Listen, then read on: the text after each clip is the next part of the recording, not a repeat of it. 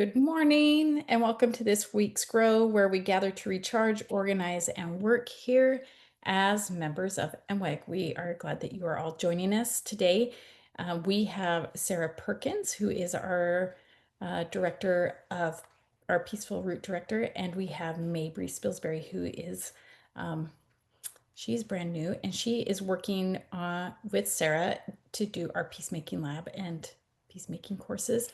So today they are going to talk about MWAG's new peacemaking lab and what that is and how members can participate in this new program, I guess we'll call it. I'll let them go ahead and introduce it and talk about it and how you can be part of it. Hi, I'm Sarah Perkins. I'm the Peaceful Root Director at MWAG. So we have been working on this peacemaking lab, and it's been something that's been underway since pretty early this year. Especially after the election, it became really clear that women were really struggling with peacemaking, particularly peacemaking in the context of like lived conflicts in their life. Um, and so we've been over the last several months, we've been conducting surveys and focus groups and outreach, trying to get more texture on what that's looking like for women in their lives. And so I wanted to share a few snippets of some of the feedback that we got on a few of these surveys, just so you can see like where we were finding women were at, and I think also just like how relatable their experiences have been. So this is a snippet from a survey respondent. She said, "My sister and I are very close otherwise, but we cannot at all mention anything related to politics without defensiveness. We've only tried to talk about politics 3 times since Donald Trump came about, and I feel we're missing conversational skills that could help us get to a place where we actually enjoyed analyzing and discussing the issues at hand." So this was a woman who wrote wrote a lot about how much she enjoys talking with her sister about almost every sort of problem in her life, all kinds of issues and difficulties in her life. But politics had become something that they found that they just couldn't discuss. It was a sort of a hot point where conversation just broke down, and every time they tried, she said there were like 4 different times that they really tried to talk about it, and it ended up really explosive, and they couldn't actually have a productive conversation. All right, let's go to the next slide. I had a conflict with my son-in-law with something my son-in-law said, and I didn't want to cause drama at our family dinner, but I wish I could have said something in a way that didn't come across as belittling. So this was another really, really common thing that we found in survey results where people were avoiding conflict. And you saw that in the last one as well, but where people felt like they couldn't actually say anything, right? Anything at all disagreeable because there would be some kind of conflict and they didn't know exactly how to manage that. And so it was easier to just avoid the conflict entirely. And these are just two of the examples. We saw all kinds of things, all kinds of responses similar to this. There were people who felt like their relationships with family members were breaking down. There were people who felt like they were really, really struggling to go to their churches, to their places of worship, because those relationships were breaking down. And generally, we just saw a lack of skills. Women feeling really upset about the lack of effective conflict strategies that they had, or sorry, that they didn't have any conflict strategies, or the ones that they had were not effective to meet the demands of the moment. And that was general across almost every single survey respondent that we saw. But we also saw another trend, which is that women who had been in MWAG for longer, women who had been an MWAG member for like a longer amount of time had reported higher levels of strategies. So the women who were newer members were more likely to report sources of conflict or moments where conflict was causing a lot of strain in their relationship. And women who had been in MWAG for longer than 6 months were more likely to respond citing strategies that they use to address their conflicts. And then we also found that newer members of MWAG, women who had been in MWAG for like 3 months or less, were much, much more likely, by far the highest likely group, to report avoidant behaviors, where they were avoiding conflict entirely or avoiding talking with people, whereas women who had been in MWEG longer, especially the 1 year mark, is where women were really, really leaning into conflict and trying to have these really difficult conversations. Um, and so because of that, it became clear that we needed to find a way to teach conflict strategies to everybody. And that also like any amount of exposure, just like a small amount of exposure to MWEG, like 6 months even, where we were really leaning into peacemaking versus peacekeeping, where we were really trying to equip women with just like a core belief in peacemaking, did actually correlate to a higher likelihood of really trying to do peacemaking work as opposed to peacekeeping work. And so we polled women on what would be most effective, what would be most helpful in empowering them to actually approach conflict, manage conflict in their lives. And we were thinking we would do an online course, but that ranked pretty low. Women felt like that would not be that helpful, which I get, right? Like most online courses, when you go through them, they're like slides, you watch a video, slides, watch a video, and then maybe take a quiz at the end. Um, and what became clear to us is women were looking for help in their lived experiences and their lived conflicts, and we needed to find a way to meet them in their lives. And so that's how we came up with the idea for the peacemaking lab. Um, and maybe we'll go into it more specifically, but the aim of the peacemaking lab is to meet women across the MWEG in small groups so that we can really help them, sit with them in their conflicts that they're living in real time, and help to equip them with strategies that they can try and then come back and report on how that experience went. And I think that's the most likely way that we can really, really take these skills that we have, that we're able to pull from these really, really expert peacemakers, from these excellent resources, and actually practice them in our lives, in our conflicts, and become more effective peacemakers in the day to day, and not just sort of in theory as a value of peacemaking. So we were extremely fortunate to be able to work with the wonderful and wonderfully qualified Mabry Spilsbury, who's going to be directing the first lab, and I'll let her take it from here. Thank you, Sarah. Yes, so what I found really interesting about these results is that people want real life examples of peacemaking. And so that's kind of what I'm really hoping this course will be, is you're going to actually, these participants are going to focus on a conflict that they have in their life, whether big or small, that they're going to then workshop over the course of these 5 weeks. So that's the main goal here. But I was thinking we could just take you guys through an overview of what this course is going to offer, what we're going to be talking about, and then kind of let you know where we're going from here.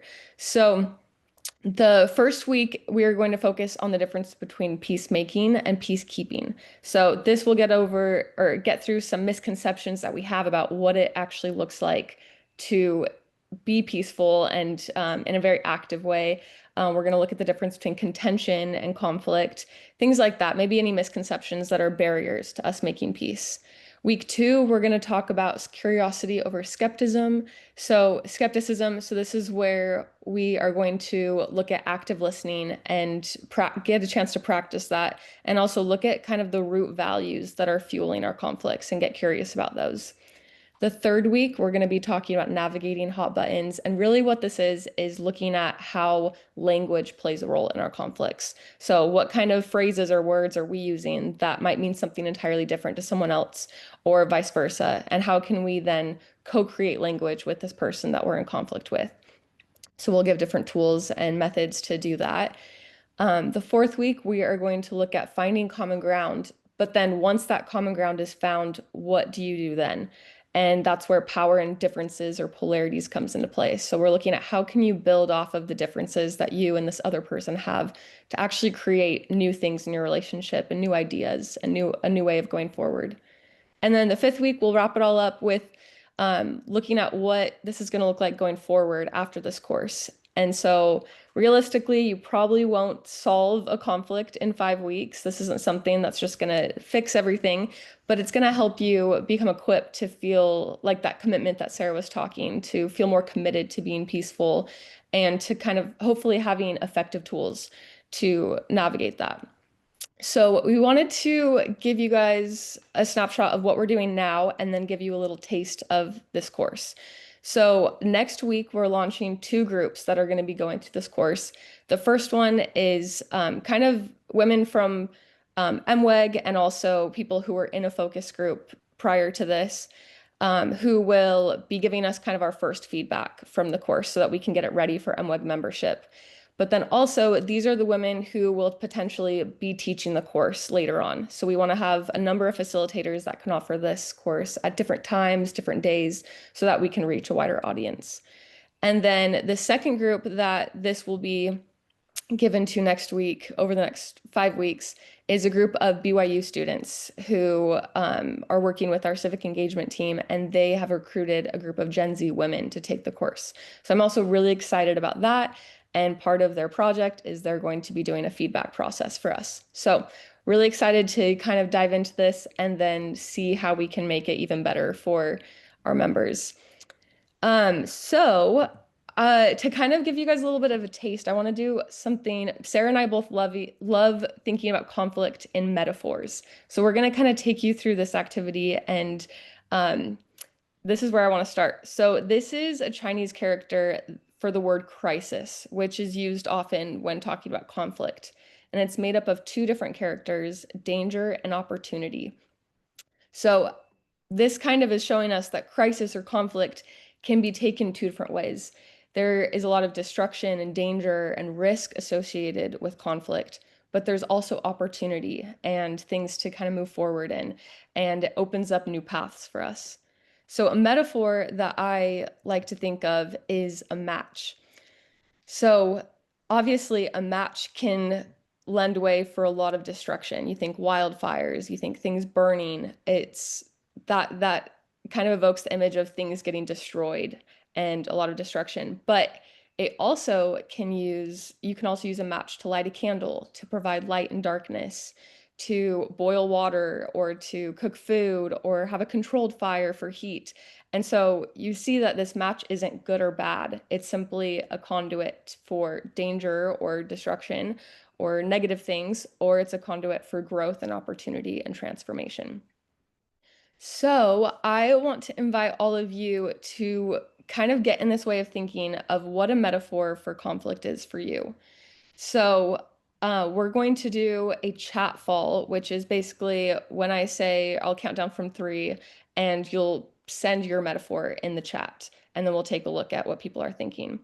So I'll give you guys a couple minutes, but just to give you some examples, a conflict metaphor for me at times has been treading water in the ocean. So I'm treading water and trying to stay afloat even when waves are crashing over me.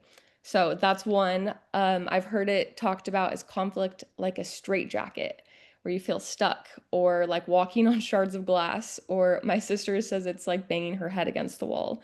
There's also some positive ones like a dance between two people or learning a language. So maybe these are ones that resonate with you. Maybe there's another one coming to mind. But think of either a conflict that you're currently in right now, or you can think of just conflict on a larger scale. What does that bring up for you? What emotions, what pictures in your mind does it evoke? So I'll just kind of give like another minute or two for you to be thinking about this, and then I'll let you know when to send it in the chat.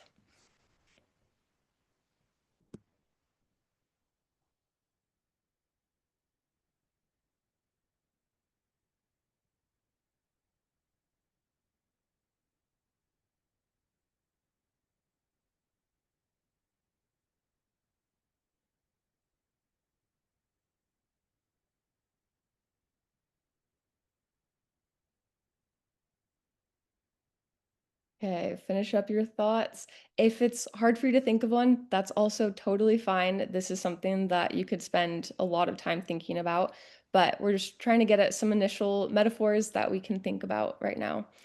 Okay, so hopefully everyone has it typed up in the chat. If not, go ahead and do that, and you guys can all send it now.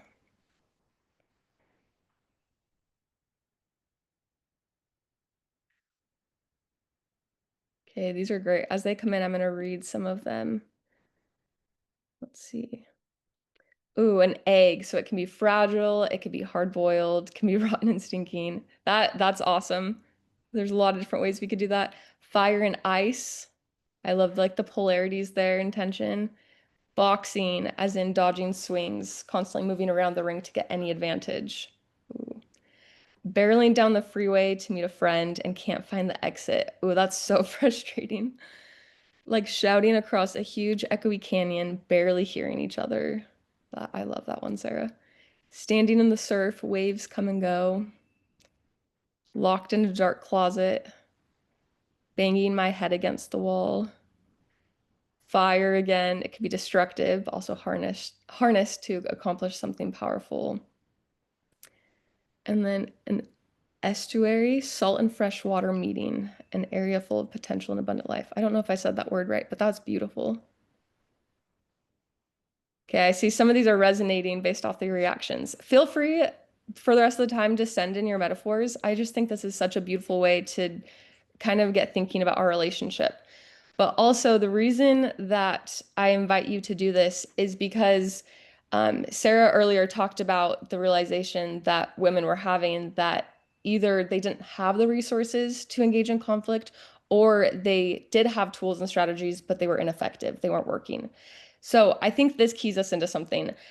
If you are not able to start with where your relationship is to conflict and understanding how you experience it and what it's like for you, then it's going to be a lot harder to actually use the skills that you're given.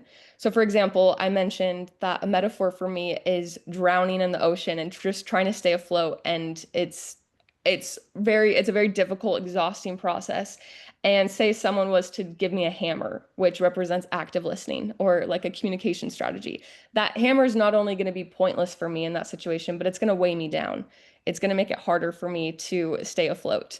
So that's what this course and hopefully the where we go forward with this is really designed to do is meet you where you're at, as Sarah was saying, and be able to kind of examine our relationship to conflict, see where we're getting stuck, and then have those skills and those strategies meet us in a place that we can actually use them. So, to kind of tell you how to participate. So, we, like I said, are doing the first 2 rounds of this course so that we can get it ready to offer more widely to MWEG membership. And so you'll probably see it pop up on Central under the courses tab pretty soon as we develop it. And there will be a button that will take you to a page to enroll in this course. I will hopefully we'll have that up in a week or two. But the idea is that there will be many different times that this course is offered from a number of different facilitators that you can decide when those 5 weeks will work best for you to take the course. Another cool thing that we want to offer with this is if you have a group of women that you want to do the course with, such as sisters or friends, your mom, you are welcome to organize a group and then come to us and tell us when works best for you. So that way it's meeting you in a place that's relevant with people who you can engage with, and hopefully that will be a really fulfilling process as well. The last thing that I want to talk about is where we're going to go after this. So we are doing a whole Peacemaker lab series where we're hoping to offer a lot of series of courses and in different methods and formats and kind of get in a deeper dive in a lot of these. And so this is just the one that we talked about is just our first one, conflict resolution for beginners. So this list right here that you're seeing are a list of potential future courses. This is not exhaustive. This is just in the brainstorming session right now. And we actually are going to rely on your feedback to know which ones are going to be most relevant to you, which ones you're most interested in. So just to kind of go through these, navigating misinformation, this would be a course about how to engage in conflict when it feels like you are on opposite, you're using different realities to talk about an issue. So maybe it feels like you're getting facts from different places or seeing facts in totally different ways. How do you work when truth doesn't seem like it's the same thing for both people? Another one would be talking about emotions and their role in conflict. Often we talk about emotions as something that you need to control or harness. And this would be looking at them as a site of knowledge. How do you get information from the emotions you're experiencing, and how can that inform how you engage in conflict in a more productive way? An introduction to nonviolent action, conflict hotspots. Like this would be a deeper dive into one of the weeks that we're doing in this first course. conflict at church. This was one of the results from the survey that was done, that church and family are the two areas where people are having the hardest time engaging in conflict in a way that aligns with their values. So how can we look at that in a new way? And then also conflict transformation would be a deeper dive into this first course. And transformation is looking at more of the systemic causes of conflict and the roots of conflict, and how can we address those in our relationships and on a broader level. So we'd love to hear from you, either in the chat or reach out to us later, of ones that sound interesting and sound like the ones that you'd want us to develop. We'll also be asking people on Central or on a wider scale of what works for them. But as of right then, Sarah, do you have anything you want to add before we end the presentation? No, just we're so excited to offer this. This has been something that we've been, as I said, developing for a long time now, and that we've been really trying to get a lot of information from all of you about things that you're struggling with and things that would be particularly useful in navigating that more effectively. So this has been something that uh, that we value, that we are really leaning into organizationally, and that we want to help all of you um, lean into as well. It's not easy. Peacemaking is always, always uncomfortable, I think. But I think is actually also the surest and most hopeful way forward. And so we're grateful for your patience and your commitment to finding that way forward as well. Thank you. Are there any questions from anybody about these courses or about the Peacemaking Lab? I saw a question about when people can sign up, and like Mabry and Sarah were saying, they're going to do a test run and then they'll open it up. So I'm guessing, will they sign up through Central? Is that where they should be watching? Or will, Yes, we don't and have it. probably the newsletter will Yes, talk the about it. newsletter will have it. And then we don't have it set up to enroll yet, but we'll make that clear once it is known. Yeah, probably via Central. It'll be via Central, unless again, if you wanted to come as like a book group or something like that and have your own cohort, then you should approach us directly and we'll facilitate that. So Sarah, when you say approach you, where do you want them to come, through Central, or how should they Through find you? Central is best. Yep. Or you can probably like email info@mweg or something, but I think Central is going to be the most direct way. So info@mweg.org, if you don't I feel don't through know. I Central, don't even but know if that's a real that's email. I that is just it is. And so you can do that, but like we said, you also go through Central and keep an eye on the newsletters. If you receive the weekly newsletter, it usually comes on Tuesdays into your mailbox. So you can keep an eye on that, and there will be information there. We will try to get it out as widespread as possible so that everybody's aware who has interest and wants to participate. So, but thank you to Sarah and Mabry for joining us today. This is really exciting for MWEG, and it's a great way for us to be able to put more skills into our bags so that we are prepared to be peacemakers, also while being engaged citizens, right? And so I'm going to wish everybody well before the next grow. A lot of places have elections coming up for your local elections. We encourage everybody to participate in those local elections, and um, to to be prepared as you go into the polls. If you haven't mailed your ballot, I know where I live, it needed to be mailed 2 days ago, so you may have to go and drop it in a box or go on next Tuesday. So that's exciting stuff. And next week's Grow, we're going to talk about check the exec, meaning the executive branch, with our advocacy team. So we hope you guys will join us then. Until then, we'll say see you later and have a good Thursday.